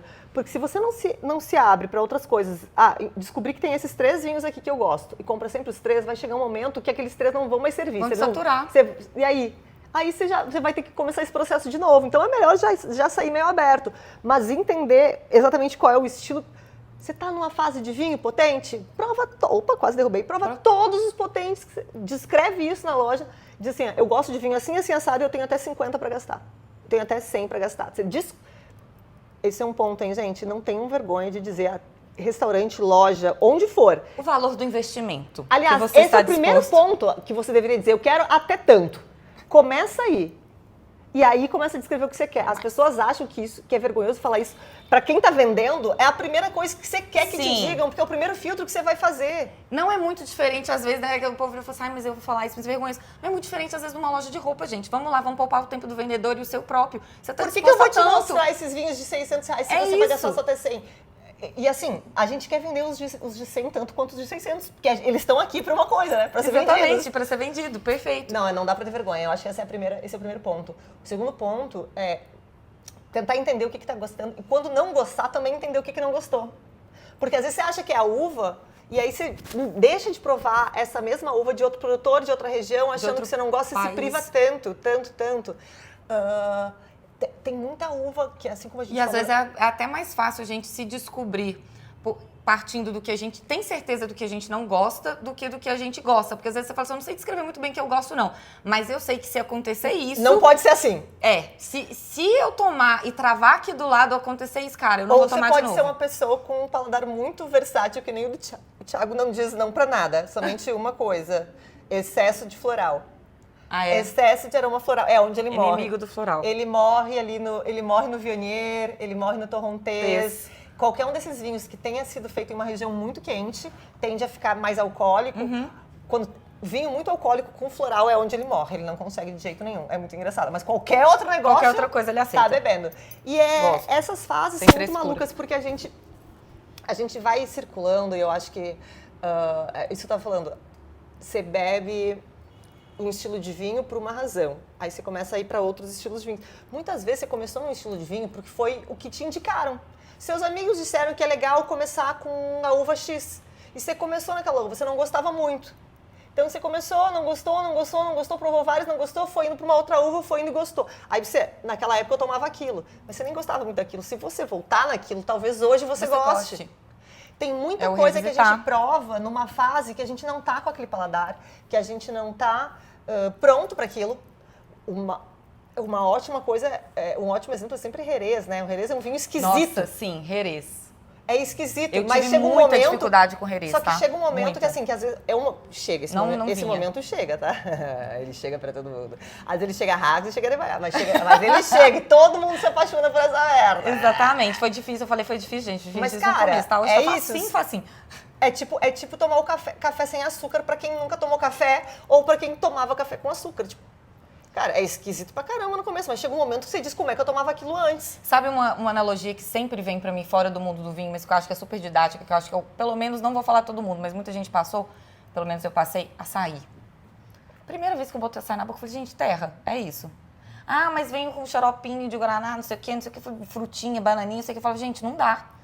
O negócio, a textura, né, vem aquele negócio congeladinho e não sei o quê.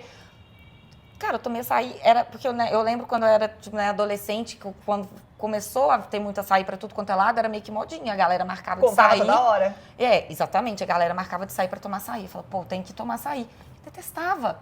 Tomei uma, duas, três, falei, pronto, é isso. Hoje não pode haver um dia muito ensolarado, tipo, não quer nem sorvete, falando um Mas açaizinho tem agora, esse é bom. coisas... E é a mesma coisa, gente, com tudo, de novo, é o paladar no geral. Isso também é muito interessante, gente. Comecem a observar como que mudou o paladar de vocês em relação à comida. O do vinho vai seguir a mesma trajetória, porque é paladar no geral, é pra tudo. E entender o que te faz deixar de gostar de uma coisa também é interessante. Porque, por exemplo, vou pegar um exemplo muito antigo de quem tem a minha idade vai lembrar. Teve uma fase que era assim, qualquer comida precisava ter tomate seco. Era salgado de sei lá que de tomate seco, tudo era tomate seco. Tomate seco é ruim? Não é ruim. Mas eu não conheço ninguém que hoje em dia tem vontade de comer.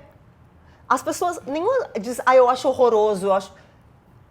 Todo mundo sabe que o gosto, ele é agradável, mas ninguém compra mais. Ninguém, porque a gente cansou. É aquela coisa, eu não acho ruim, mas eu não tô mais comendo.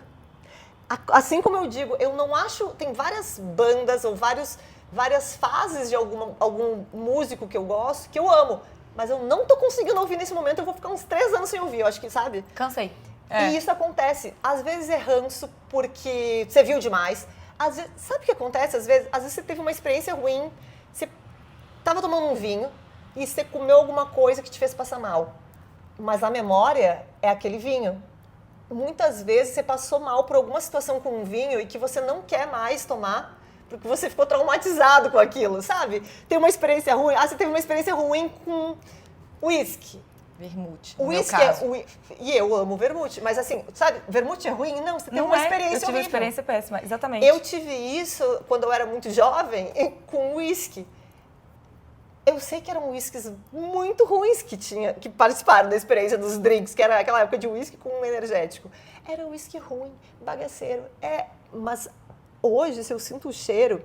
Claro, em drink, eu já não tenho esse problema. No passado, nem com drink eu conseguia. Em drink eu já não tenho esse problema. Mas a dose pura, por mais que seja de maior qualidade, o cheiro... Traz aquela memória aquela memória nem um pouco Eu afetiva, já consigo né? tomar, tá? Esses dias eu fui, inclusive, num bar de uísques aqui em São Paulo, incrível, que eu não... O Caledônia, pode falar, não tem problema. Caledônia. Eu é não acreditei, eu fui e eu achei, gente, eu não sei se eu vou conseguir, porque eu ainda tenho esse trauma adolescente não, né? Trauma pós 18 anos ali, de uísque. E, não, cara, comi tudo e bebi tudo, tava incrível lá, inclusive as doses. Mas assim, eu preciso dizer que se não é uma coisa ultra, eu ponho no nariz. No início, eu não conseguia tomar nem energético. Eu tava na época de fazer provas e coisas do tipo. Ou seja, energético é útil.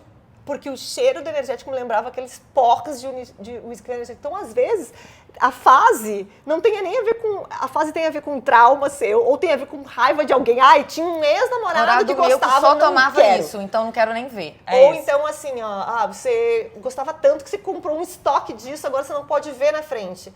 Muitas vezes o paladar da gente muda porque a gente exagerou naquilo que a gente gostava muito, muitas vezes porque a gente teve uma experiência ruim com uma marca ou com algum drink que a gente não certeza. gostou. Então isso é muito doido. E por isso que esses ciclos são bons, a gente consegue voltar para coisas antigas e dizer, opa, nossa, tá, ufa. Pois é. Eu achei que eu era tão traumatizada, mas parece que passou. O revisitar com o novo olhar depende da pausa. A pausa também é bom e a pausa não é ruim. A pausa é ótima. É nesses momentos de pausa que você explora outras coisas, descobre outras coisas, se entende mais do produto em questão, para você justamente ir fazendo essa mudança e mudando de ciclos até você voltar para aquele e ir para o próximo. E a questão é, no fim das contas, o termo que a gente estava evitando usar no começo, que é justamente a evolução do paladar, não é sair do baixo para ir para o alto, mas é sair para o diversificado, para o complexo. E se você só diversifica, se você se expor a essas diferentes experiências, diferentes produtos, diferentes opiniões, enfim. Você tem que se expor o tempo todo. Eu acho que, se você não prova, você não vai mudar nunca. Mantém movimento, no caso de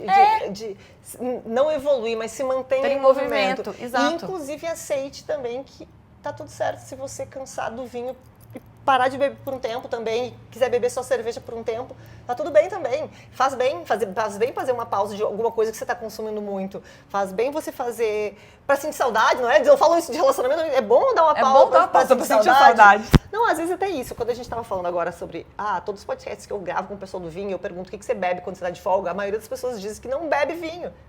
Mas pode ter certeza que em algum momento elas vão voltar. Todo mundo tá nessa fase, entra numa fase de, cara, agora, quando eu não tô no trabalho, eu tô tomando cerveja. Mas depois você volta para aquela fase de novo.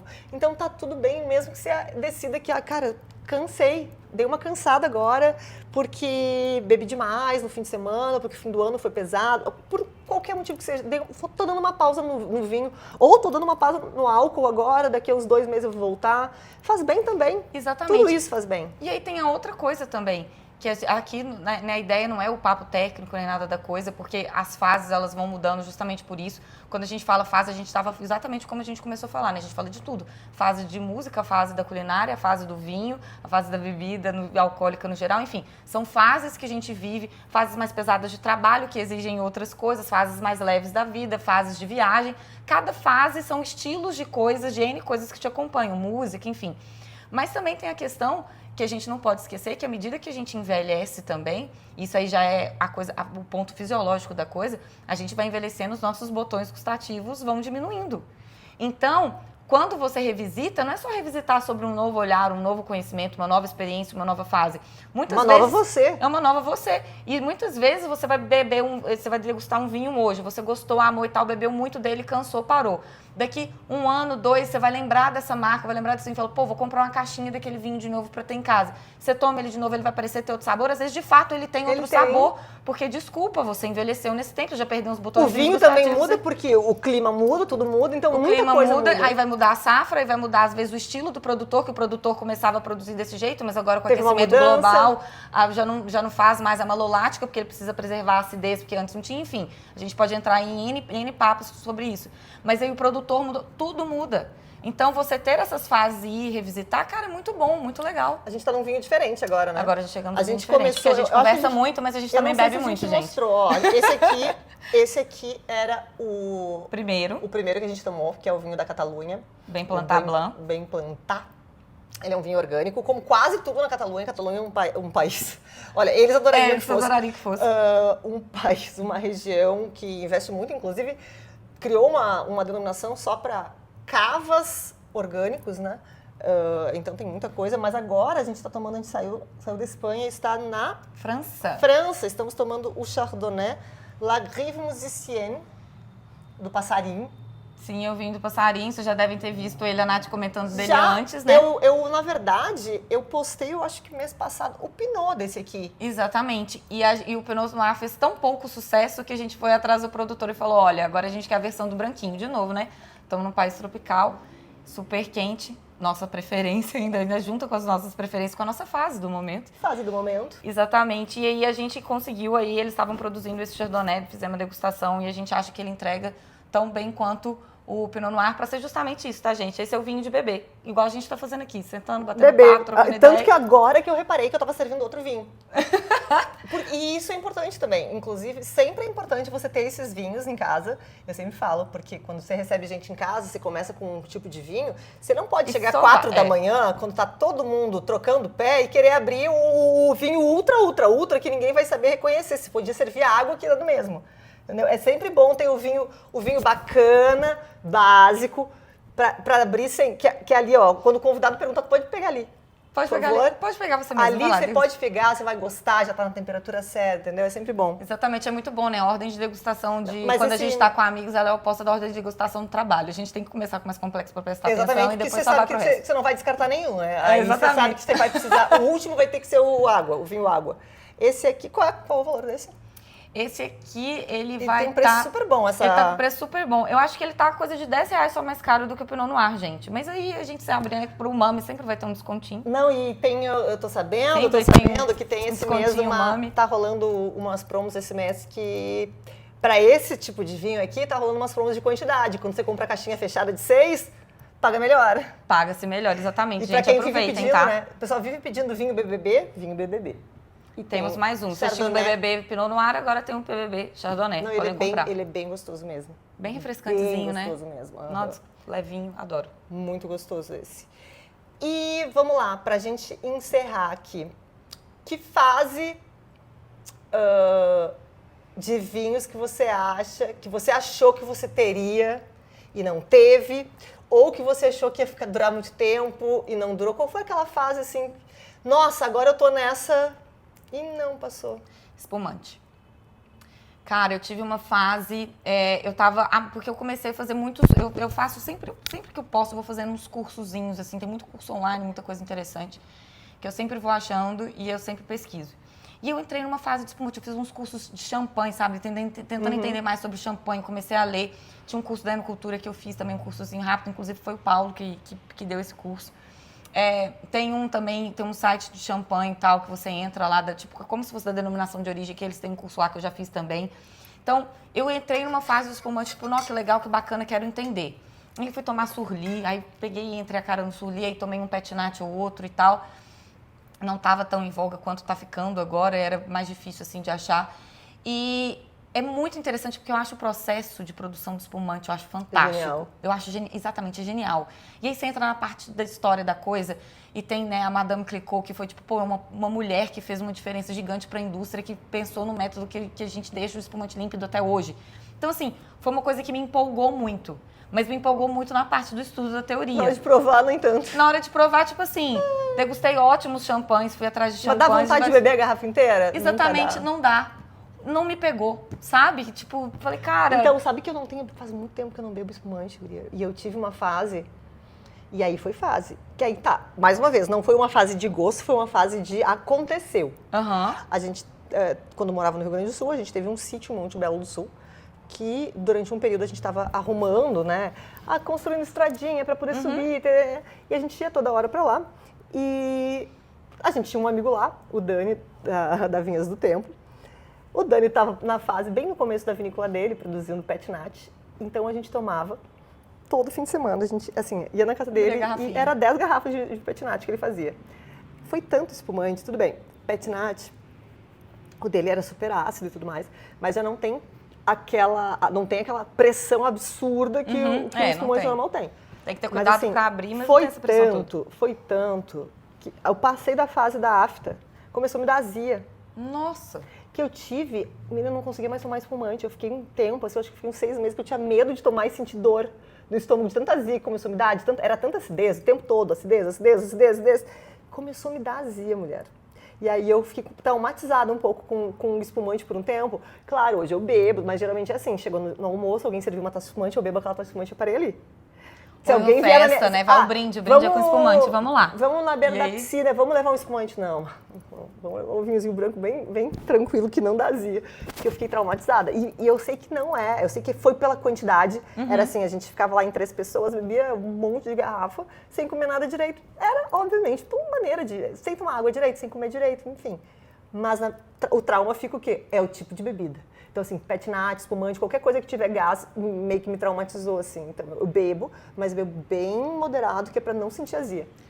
O meu caso foi exatamente isso. Eu empolguei muito em estudar, entender, entrei de cabeça e, digamos que o meu consumo não acompanhou tanto o tamanho da empolgação que eu tava quando eu entrei de cabeça. Mas, inclusive, falando, é uma fase que eu acho que eu vou revisitar. Ainda mais agora indo pra Catalunha. Então, agora você vai tomar muita cava. Exatamente. E eu acho cava super interessante, quero estudar também. Tô vendo aí se a gente já faz um curso, alguma coisa assim. Então, vai ser muito interessante. É uma fase que eu vou revisitar, vamos ver se agora o consumo aumenta. Mas realmente foi isso. Não acompanhou tanto assim. Eu falei, pô, agora é a minha fase de espumante. Não veio tanto. Bom, pra gente fechar, a gente mostrou, você falou, né? Você tá no mesmo paladar que eu, você tá na fase dos brancos, brancos leves, quero beber, não quero degustar. degustamos quando precisar. A gente mostrou 2 aqui, a gente mostrou o Bem Plantar, que estava bem no finalzinho. A Maria trouxe assim, ó, no finalzinho esse vinho, deu um golinho Ai, pra gente, mim. a Convidada, tudo bem, você convidada, eu devia ter oferecido o vinho, mas tudo bem. A Maria veio com uma garrafa aberta eu já aqui no vim finalzinho. bebendo ele. A gente tá tomando o Chardonnay La Griffe Musicienne, que eu já mostrei pra vocês. Mas, já que a gente tá falando, então, de uma fase de vinhos brancos, tirando esses 2, indica 2 lá da Liber. O problema de conhecer as pessoas e ter intimidade é que a gente vai esquecendo, né? Eu apresentei a Maria, não falei o sobrenome, não falei onde ela trabalha. Maria Bragalha trabalha maravilhosa lá na Liber, minha parceira. Então, Maria, além desses 2 que a gente tomou aqui, o que você indica de branco lá da Liber? Olha, de branco. Ai, eu tenho os meus favoritos, lá também tem muita coisa boa. Nossa, lá tem muita coisa boa, é isso. Olha, tem 2 brancos que eu acho que estão super interessantes, em vieses um pouquinho diferentes. Continuando aí na França, eu gosto muito do Préjugé. O Préjugé da Maison Ventenac. Ventenac, eu acho que, na verdade, todos os vinhos deles são vinhos nesse estilo. Pra beber, não pra ficar pensando demais. Exatamente. Eu acho isso muito legal. E aí que tá, ele é pra beber, pra não pensar muito, mas se você prestar atenção, ele tem muita camada. É isso. Então é muito interessante, vai da sua vibe. Quem quer bebe, quem quer degusta. Exatamente. Hoje eu quero isso, hoje eu quero aquilo, não importa o que você queira, ele é um bom vinho pra qualquer momento. Eu gosto muito do Préjugé, né, que é 100% Chardonnay. Eu acho que ele realmente está na medida, ele tem uma passagem rápida aí por barricas, né, por barris de 20 hectolitros. Então ele tem textura, ele tem um certo corpo em boca, sem deixar de ter uma notinha salina, sem deixar de ser fresco, sem deixar de ser um vinho muito vivo. Então eu gosto muito dele. Agora, se você tá querendo uma pegadinha assim, de um vinho com um pouco mais é muito interessante, porque ele tem peso em boca, mas ele não tem tanto volume. Ele tem estrutura, mas ele não é volumoso, pesado, enfim. Eu gosto muito do pretexto branco também. Eu ia sugerir esse, eu ia dizer, eu adoro os brancos da textura, que são os brancos da Vinícola do Dão, que a Liber tem vinhos incríveis. É uma vinícola super pequena, uma produção pequena também, os rótulos são bonitos e os vinhos são muito interessantes. Eu gosto muito também que vocês têm lá de alguns brancos, bom, não de alguns, né? Eu gosto de todos, do Márcio Lopes, que estão muito legais por lá. É que tem tanto vinho branco bom por ali. Exatamente. Assim, da textura que a gente estava comentando, o meu preferido é o Pura, mas aí já é um vinho já que tem muito mais corpo, tem passagem por madeira e tal. Seria um branco estruturado, mas ainda assim muito elegante. Um branco de mastigar. Um branco de mastigar, um branco com capacidade de envelhecimento absurda, aquele vinho vai envelhecer super bem também. Que assim, é um puta de um branco, perdão meu francês, né? Perdão meu francês, mas ao mesmo tempo a gente está exatamente falando disso, de fases. É um vinhaço, mas não é toda fase, todo dia que eu tô nele. Já o pretexto já tá, tipo, qualquer hora que eu quiser um vinho um pouquinho mais estruturado, um pouco mais de volume, ele já vai sempre preparado. Ele tá sempre preparado. Então, esses 2, assim, cada um em França e Portugal, ali, cada um no seu estilo, na sua sofisticação, são 2 branquinhos, assim, medianos, que eu acho fantásticos, que toda hora é hora. Porque geralmente tanto para beber quanto para analisar. Geralmente, quando a gente pensa em Portugal, a gente não pensa em brancos elegantes. Não. A gente pensa em tintos. Não em brancos. Quase sempre a gente pensa em tintos. E os tintos redondos. E o Dão é a elegância de Portugal, né? O Dão é a delicadeza, é a região que tem esses vinhos mais delicados, com mais nuances, assim, mais sutis, que não tem tanta potência, mas que nessa potência de força, mas que tem uma potência aromática maravilhosa. Maravilhoso. Incrível. Persistência em boca fantástica também, eles são bem persistentes, então são vinhos bem legais. O mais legal é que a gente pegou um assunto que é super... É mais para bater papo, um assunto super técnico. E eu tinha Abriu o ano batendo papo, né, eu tinha certeza que a gente ia gastar, assim, 30 minutos no máximo. Estamos gravando a 1h22. Que bom. É isso. 3 vezes o tempo que a gente pensou que ia gastar. É isso, gente. A gente só espera que a gente não entedie ninguém, por favor, curtando. Não entedimos ninguém. Aproveitem que estão aqui, né, e que Liber é minha parceira e Maria está aqui, e acessem liberwines.com.br para descobrir os vinhos que tem por lá. Tá rolando um monte de promoção agora no começo do ano. Eu sei que principalmente a gente tá falando de mostrou um vinho aqui que tá em promoção. Tem algumas promoções que são para quantidade, algumas que são só de valor. Tem vinho de todos os estilos ali. A gente tem o vinho do dia a dia, que é para comprar de caixa. Tem o vinho especial. Tem o vinho que é para pensar. Tem o vinho que não é para pensar. Tem de tudo, mas eu acho que é muito legal que a Liber tem pelo menos essa constância de que são produtores pequenos, são produtores que têm essa mão muito presente, não é aquele produtor super corporativo que manda alguém voar para lá fazer o vinho e vai embora. Não, é aquele produtor que está super envolvido no trabalho pequeno, produtor mesmo. E isso é muito legal, que a gente consegue traçar todo o caminho do vinho, consegue conversar com o produtor se precisar tirar uma dúvida, fala com ele, passa o telefone aí, se liga pra ele e pergunta pra ele direto, sabe? Isso é muito legal. E tá sempre com promoções interessantes e tem também as promoções que eu ponho no ar toda hora, então fiquem de olho. Exatamente, acompanhe também que vai vir muita novidade por aí, né? Inclusive, Maria, a gente falou no início desse episódio, tá indo pra Barcelona pra participar dessa feira, então já espere muita coisa espanhola, nova, que aliás tá aí um país que tá precisando dar uma crescida no Brasil, no sentido de tem muita coisa interessante que não tá chegando aqui. Não, mas vamos ver se a gente consegue consertar isso.